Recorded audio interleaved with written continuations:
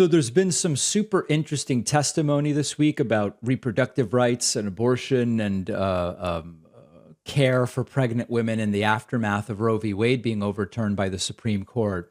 And the Republicans on this congressional panel have been just embarrassing themselves day after day after day. And today I want to look specifically at a series of questions from Republican Congressman Ralph Norman, who represents South Carolina's 5th District. He completely humiliated himself with these questions about post-birth abortion, abortion after birth, which quite literally just doesn't exist. It's not a thing. When a baby dies after birth, it's not an abortion. We're talking about something completely different. And Renita Shannon, who's a Democratic state rep from Georgia, and others did the best they could to keep up with these absurd questions and see if you can find the full list. Like, some of them will be obvious, but see if you can really find the full list of fallacious claims by this guy. You agree with infanticide? Well, I think. Okay, so first of all, do you agree with infanticide? Already we're talking, what are you talking about? Infanticide? Are we talking about abortion here, or are we talking about murder when kids are out in the world? Using inflammatory language to basically describe a situation that does not happen. We don't have infanticide happening. Doctors would not do that, and neither would folks who have carried pregnancy. Okay, would a healthy child, do you agree if a healthy child is born, that is that woman's right to decide if it lives or dies?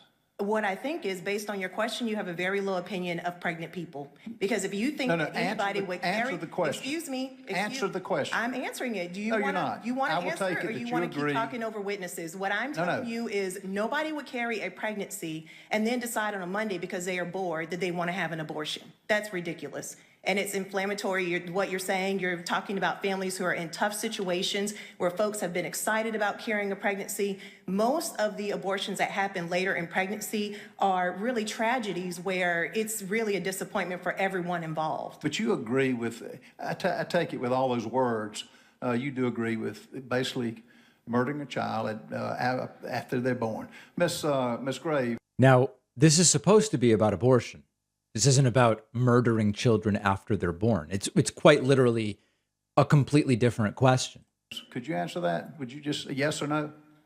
I have to say, Congressman, how you just characterize the representative's statement is extremely inflammatory and the type of thing that it's dangerous. And what you guys have been talking today about the threats against crisis pregnancy centers, which I assume are serious and... Yeah, by the way, crisis pregnancy centers are places that convince women not to get abortions. ...are terrible. The threats that people who work on abortion and access take every single day. I'm assuming that you're for infanticide. I would also say that her language of health... Madam Chair, okay. gentleman's time. Congressman, this is generally absurd. Now, this guy is an embarrassment to himself and to his state and to his constituents. There's no doubt about it. Nobody supports abortion after birth because there is no such thing. Now, all of the questions this guy's asking are obviously bad faith questions. The questions are being asked in order not to be answered. And I do think that the witnesses could have been better prepared for how to answer them. Like, I get that they're bad faith questions.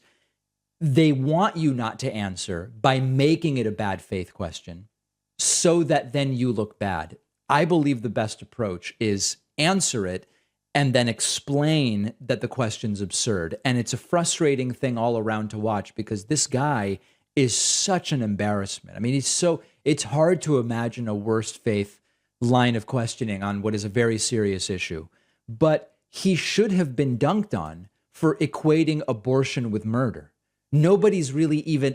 They're talking past each other in a certain sense. It's not an abortion because birth happened. It's a mind-numbingly stupid question.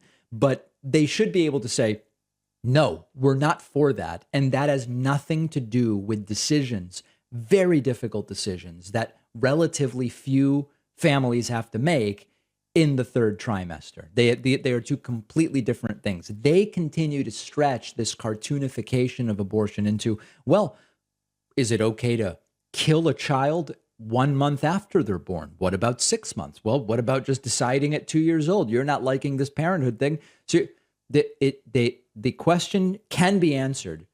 Congressman, of course I'm not for infanticide. And what we're talking about here are there's not a pediatrician involved. There's an OBGYN, because what we're talking about here is a pregnancy. It's still a pregnancy at 7 months, 8 months, etc. And it's exceedingly rare. Nobody goes in a week before their due date and says, you know what? I want to get an abortion. Every OBGYN who has testified over the last 2 weeks on that says it never happens and we wouldn't do it. Now, could you find someone that would say, sure, I'll do it? Probably you could find someone. Doesn't mean it's even something that's happening. But the questions are designed for you to feel like you can't answer them so that you don't, so that Norman can go and say, since you're not answering, I must assume you're okay with infanticide. The entire thing is mind-numbingly stupid. They could have been better prepared. He's still embarrassing. He still should be embarrassed. But they could have been better prepared.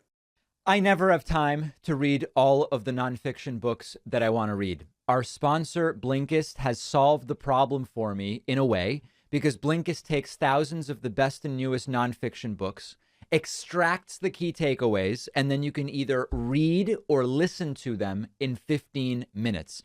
I read all the time. I love narrative nonfiction. I read economics. I read all of these different things. As I said before, I would love to have time to read more history.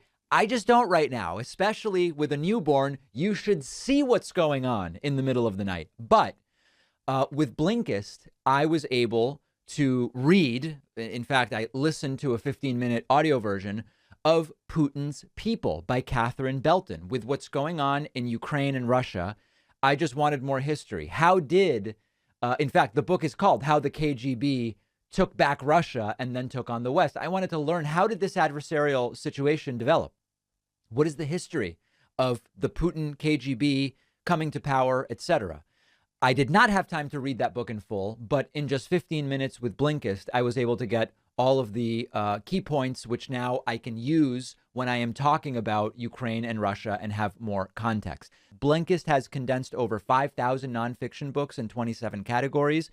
Try Blinkist free for 7 days and get 25% off a subscription at Blinkist.com/Pacman. The link is down below.